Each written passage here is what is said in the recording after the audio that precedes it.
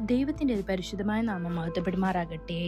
ദൈനംദിന അപ്പം എന്ന അനുദിന വചനചിന്തയിലേക്ക് ഏവർക്കും സ്വാഗതം. ഇന്ന് ദൈവസന്നിധിയിൽ ശക്തിപ്പെടുക എന്ന വിഷയത്തെ ആസ്പദമാക്കി ചില കാര്യങ്ങളെ നമുക്ക് ചിന്തിക്കാം. അതിനാധാരമായ ഒരു വാക്യം വായിക്കാം. സങ്കീർത്തനം 18 അധ്യായം 1-2 വാക്യങ്ങൾ.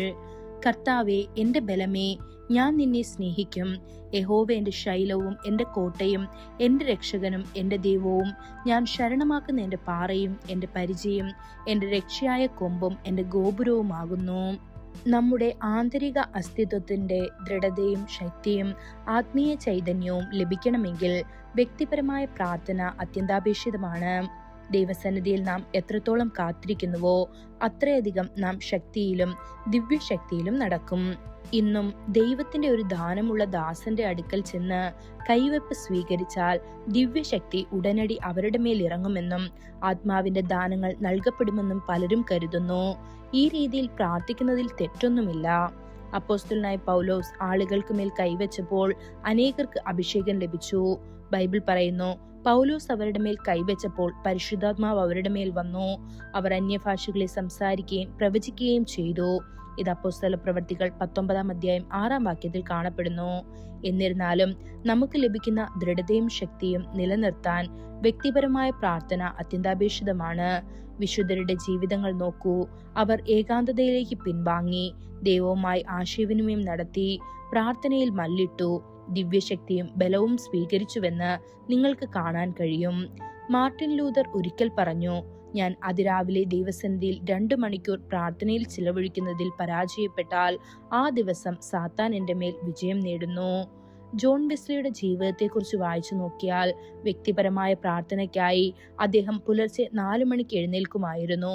അദ്ദേഹം 2 മണിക്കൂർ പ്രാർത്ഥനയിലും വേദധ്യാനത്തിലും ചെലവഴിച്ചു. ചാൾസ് ഷിമിയോൻ എന്ന ഭക്തനായ ദൈവപുരുഷന് എല്ലാ ദിവസവും പുലർച്ചെ 4 മണി മുതൽ 8 മണി വരെ പ്രാർത്ഥിക്കുന്ന ഒരു ശീലമുണ്ടായിരുന്നു. ജോൺ നോക്സിനെ കുറിച്ച് നിങ്ങൾ കേട്ടിരിക്കാം. അദ്ദേഹം പ്രാർത്ഥനയിൽ മുട്ടുകുത്തിയപ്പോൾ സ്കോട്ട്ലാൻഡ് ജനത മുഴുവൻ വിറച്ചു. സ്വച്ഛാധിപത്യത്തോടെ ഭരിച്ച രാജ്ഞിയായ മറിയ പ്രാർത്ഥിക്കുന്ന യോദ്ധാവ് ജോൺ നോക്സ് കാരണം എന്തെങ്കിലും വലിയ വിപത്ത് തന്റെ മേൽ വരുമെന്ന് ഭയപ്പെട്ടു.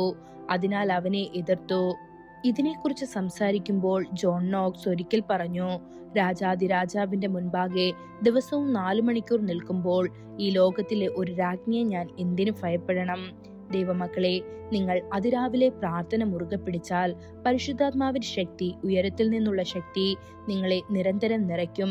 നിങ്ങൾ ദിവ്യശക്തിയിൽ നിന്ന് ദിവ്യതയിലേക്ക്, ശക്തിയിൽ നിന്ന് ശക്തിയിലേക്ക് മാറും.